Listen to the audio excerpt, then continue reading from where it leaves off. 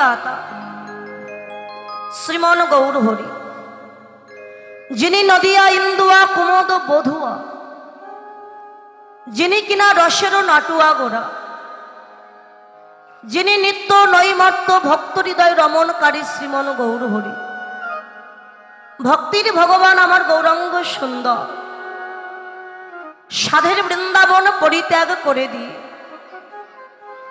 এই কলিযুগের মাঝে গৌর হয়ে আবির্ভূত হয়েছে। 1407 শতাব্দী 1486 খ্রিস্টাব্দে 891 সনে 23 ফাল্গুন চতুর্দশী তিথি উত্তীর্ণ হওয়ার সঙ্গে সঙ্গেই উদয়গিরি ভেদ করে এই নবদ্বীপ সদৃশ উদয়গিরিতে ভক্তের ভগবান উদয় হয়েছিলেন। তো গৌরাঙ্গ সুন্দর সত্যযুগে তিনি ছিলেন নারায়ণ, মুর নামক অসুরকে বধ করে নাম হয়েছিল মুরারি। ত্রেতা যুগে রাবণ বধ করে নাম হলো রাবণারি, দাপর যুগে কংস বধ করে নাম হলো কংসাহারি, আর কলিযুগে আমাদের মতো অজ্ঞান জীবকে উদ্ধারের জন্য নাম নিয়েছেন চৈতন্য গৌর হরি। এই কলিযুগে তিনি কাউকে প্রাণে মারেননি বাবা। রাম আদি অবতারে ক্রোধে যুদ্ধে অস্ত্র ধরে অসুরেরও করিল সংহার, এবে অস্ত্র না ধরিব প্রাণে কারো না মারিব, হরিনাম দিয়ে চিত্ত শুদ্ধি করিব। অন্যান্য যুগে যুদ্ধ করেছি, অস্ত্র ধারণ করেছি, কিন্তু কলিযুগের যুদ্ধ নয়। কি দিয়ে উদ্ধার করব কলিহত জীবকে? একমাত্র মধুমাখা হরিনাম দিয়ে উদ্ধার করব। কলিযুগে তিনি এসেছেন, শুধু হরিনাম নিয়ে এলেন না, সঙ্গে নিয়ে এসেছেন কি? প্রেম আর ভক্তি। দেখুন, সত্যযুগে নাম ছিল, ত্রেতায় নাম ছিল, দাপরেও নাম ছিল, কিন্তু এই কলিযুগে শুধু নাম নয়, প্রেম আর ভক্তি বস্তুটা দিলেন তিনি কৃপা করে। কেন না, একটা মায়ের যদি 4টে সন্তান থাকে, ও মা, যদি 4টে পুত্র সন্তান মায়ের আপনার থাকে, বলুন তো মা, আপনি সব থেকে কাকে বেশি আদর করবেন? বড়টা। কাকে বেশি আদর করবেন মা? তাহলে যেটা বড়, সব থেকে ছোট যে, তাকে কিন্তু আদর করে। মায়ের কাছে সন্তান সবই সমান, তথাপিও সব থেকে ছোট যে হয় সে একটু আদরের হয়, দুষ্টু হয় সে। তা মা কোনো কিছু 4টে সন্তানের জন্য সমান ভাগে ভাগ করে রেখেছে। সমান ভাগ, মায়ের জন্য একটা ভাগ, 5টা ভাগ। তাহলে মা কি করছেন? 4টে সন্তানকে ভাগ দিয়ে দিয়েছে, কিন্তু মা গোপনে মায়ের ভাগ থেকে সব থেকে ছোট যে তাকে কিন্তু দিয়ে দেয়, যে বাবা আমার ভাগটা তুই নে, তুই খা। কি দেয় না বাবা? কেননা ও বড় দুষ্টু, অত্যাচারী। ওই ছোট যে হয় সে খুব আদরের হয়, আবার দুষ্টু হয়, আদরের কিন্তু দুষ্টু হয়েছে। তাই মা একটা ভাগ দিলে সন্তুষ্ট হবে না জেনে নিজের ভাগটাও দিয়ে দেয়, 2টা ভাগ পেলে সন্তুষ্ট হয়ে যায়।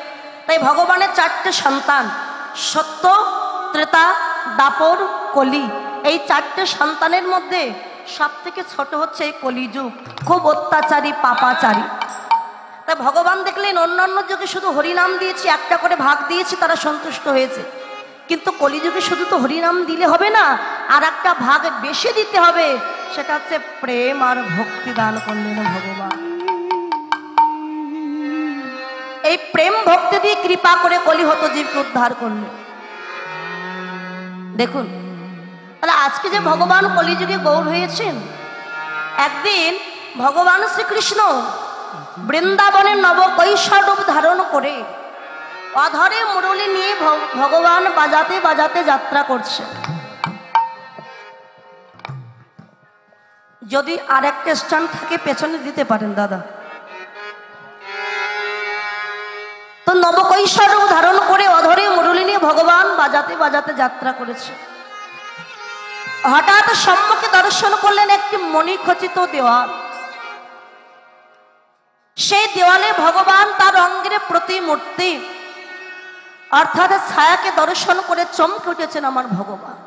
একই কে? কে ওই মানুষটি? সবাই বলে বৃন্দাবনে আমার চাইতে সুন্দর নাকি আর কেহ না।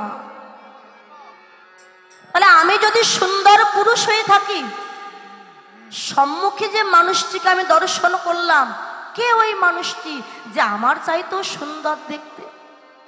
ভগবান নিজের রূপে নিজেই আকৃষ্ট হয়ে গেলেন।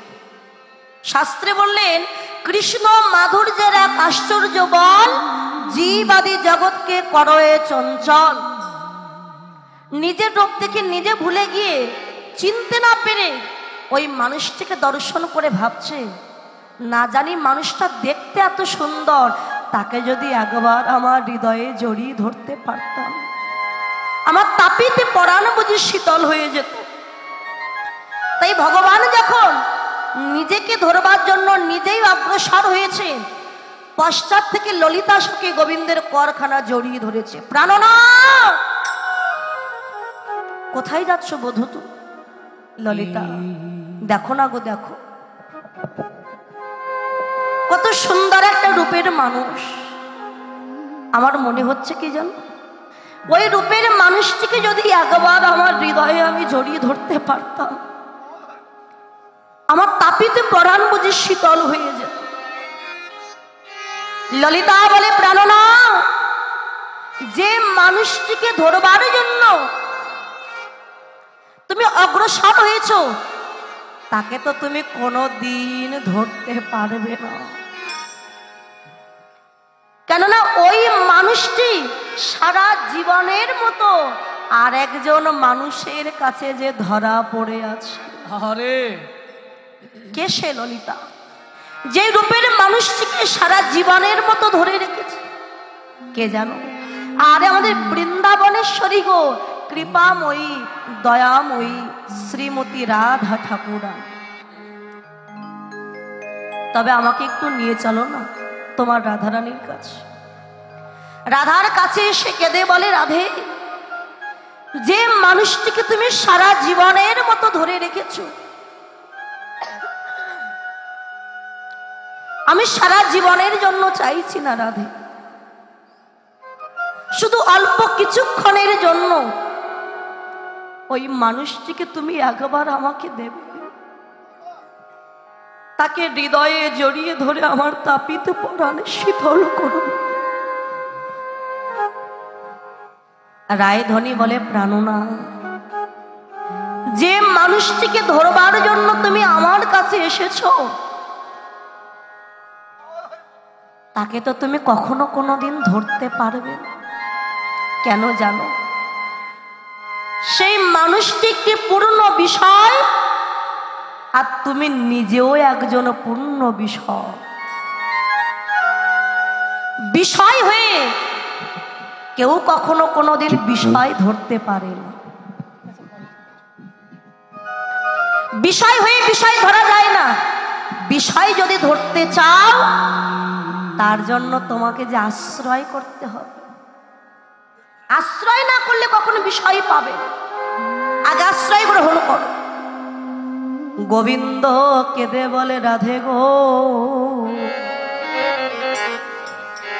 যখন আমায় আশ্রয় করবার কথা বললে না, বলো বলো আমি আর আশ্রয় করিতে কোথায় যাব? আমি এসেছি যখন তোমার রাঙা রাতুল চরণে,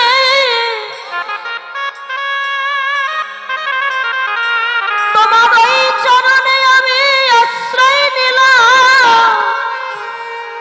সাজাই দাও তোমার ভাব কান্তি দিয়ে, সাজাই দাও তোমার প্রেম দিয়ে। তোমার প্রেমে প্রেমিক হয়ে ওই মানুষটিকে ধরবার জন্য আগত কলিযুগের মাঝে গিয়ে আমি গৌর হয়ে কি করিব জানো? আমি ভক্তের চরণ ধুলা গড়াগড়ি দিব। আমি ভক্তের চরণ ধুলাই, আমি গড়াগড়ি দিব। জয় রাধে কৃপা,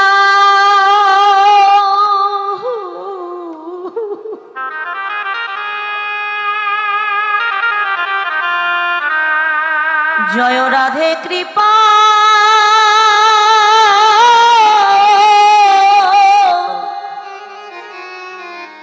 কৃপা করো বলে